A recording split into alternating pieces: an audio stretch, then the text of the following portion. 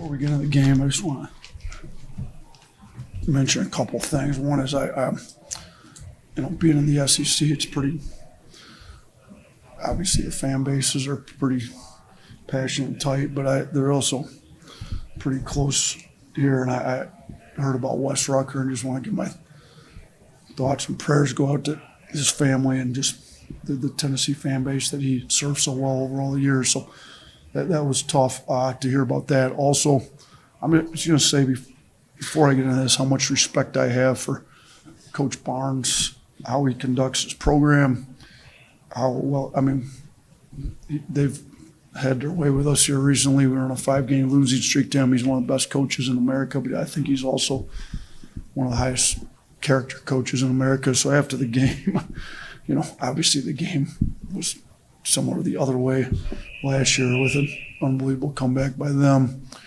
And his comment to me as soon as he shook my hand was, man, after the way that game went last year, you guys deserve this win. So,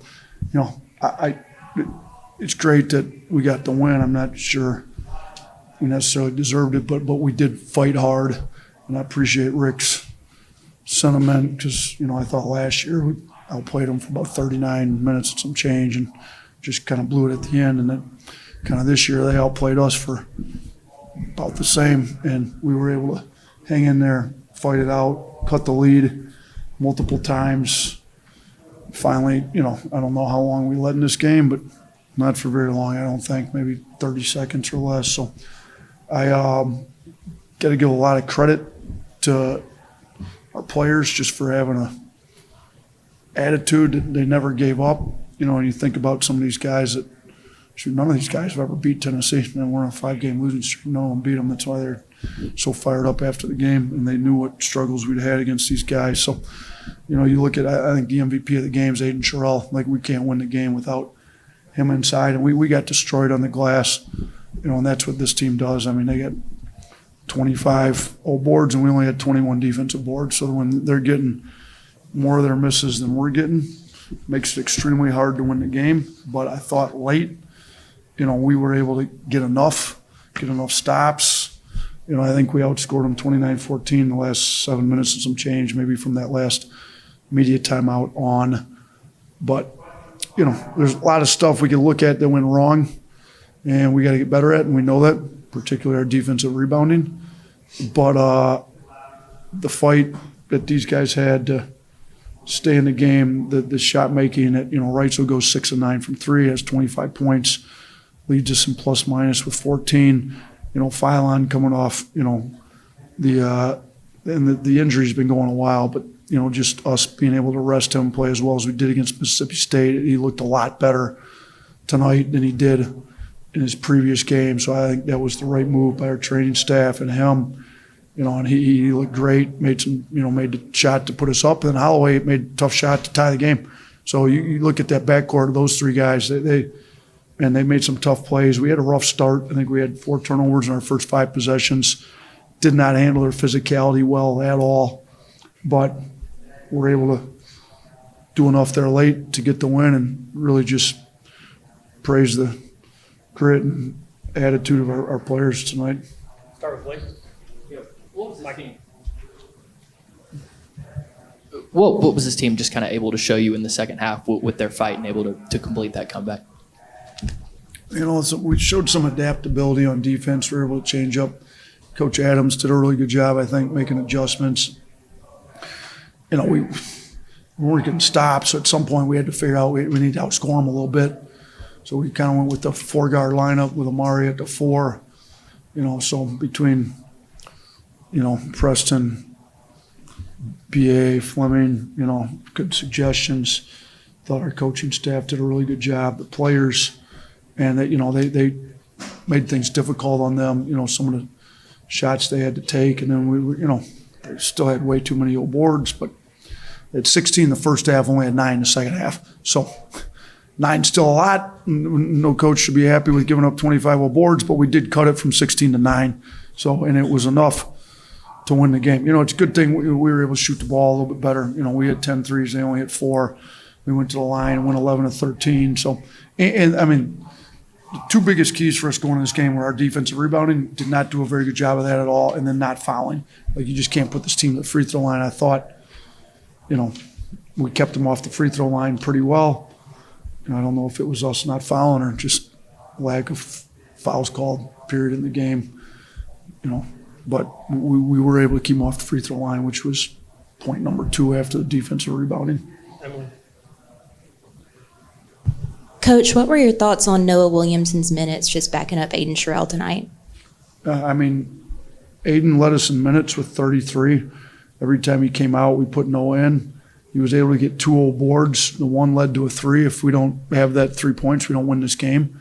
So, we've got a lot of guys with great attitudes on this team. You look at some of the guys that played fewer minutes tonight, and I thought, Taylor, London, Noah, thought their attitudes were great. Houston hit a big 3, and, we only got him 19 minutes. But, he just, there at the end when Charlie looked like he got hurt and the ref blew the whistle, and Charlie's like, no, I'm good. Houston's like, no, he's our best player tonight. You just got to keep him in, coach, keep him in, let him go.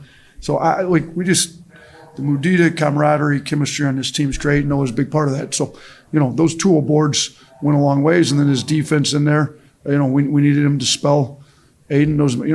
I think Aiden was our MVP tonight, and if he had to play 40, he probably can't get it done. So, the fact that Noah was able to give us 7 good minutes, and he was +1 in those 7 minutes. So, in a game that you win by 2, and he wasn't in there, kind of in those runs, it's hard to be positive in the plus minus, and he was. On the left.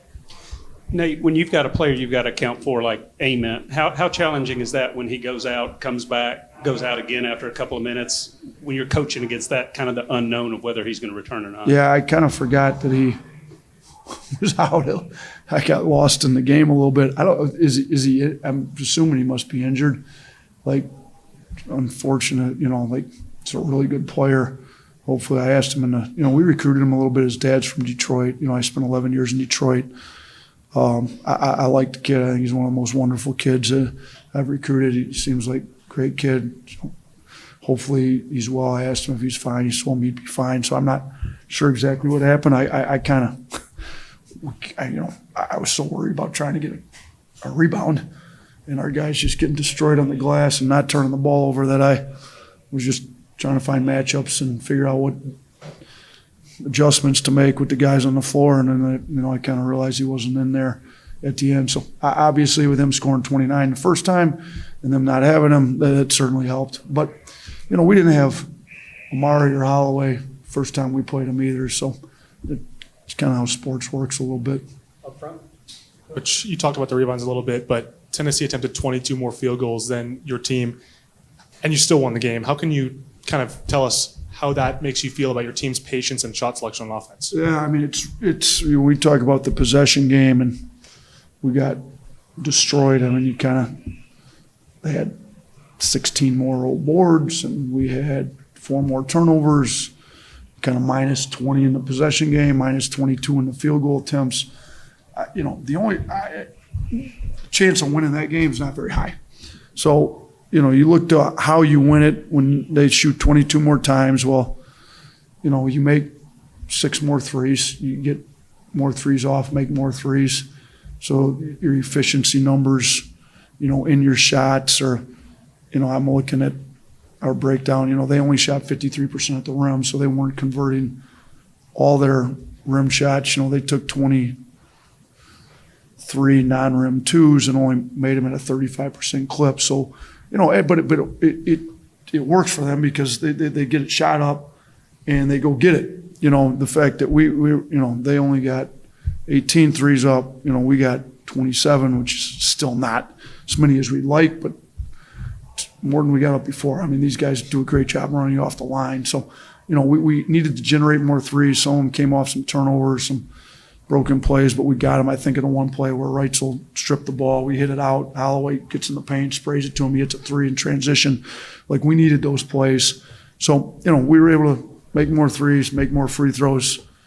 We took more non-rim twos than we would like, but, we took 10, they took 23, which, that's somewhat typical. Then they take a lot more of those, but they're able to, their bigs go get the rebounds on those. They're kind of sitting in their paint, near the paint, ready to rebound. That's why sometimes they can't get to the rim. So we kind of got different philosophies and styles. But, man, it's hard to win a game when you're giving the other team 22 more shots, even if, I think you get a little bit better shot. So you got to get to the line, convert at the line. You got to make your threes, which we did at a pretty high level tonight. Last one, Blake. The game winner from Phylon, was that the design just for him to just go get the bucket? Yeah, I mean, when you got a player like him, sometimes you better off not trying to get too tricky as a coach. Try to get the matchup. We knew they were going to switch. They switched a lot. Try to get the matchup in the switch that we want. Give him some space and let him do what he does. He goes and gets buckets. He hits a tough bucket he hit. Holloway hit a tough one. Those two guys have made some pretty big baskets for us in some of our bigger wins this year. So, and Reitzel's really coming into his own. So, really can't say enough about our backcourt. And then obviously Aiden Sherrill was huge for us. So, yeah, but the last play of the game, get the ball in his hands and let him make something happen.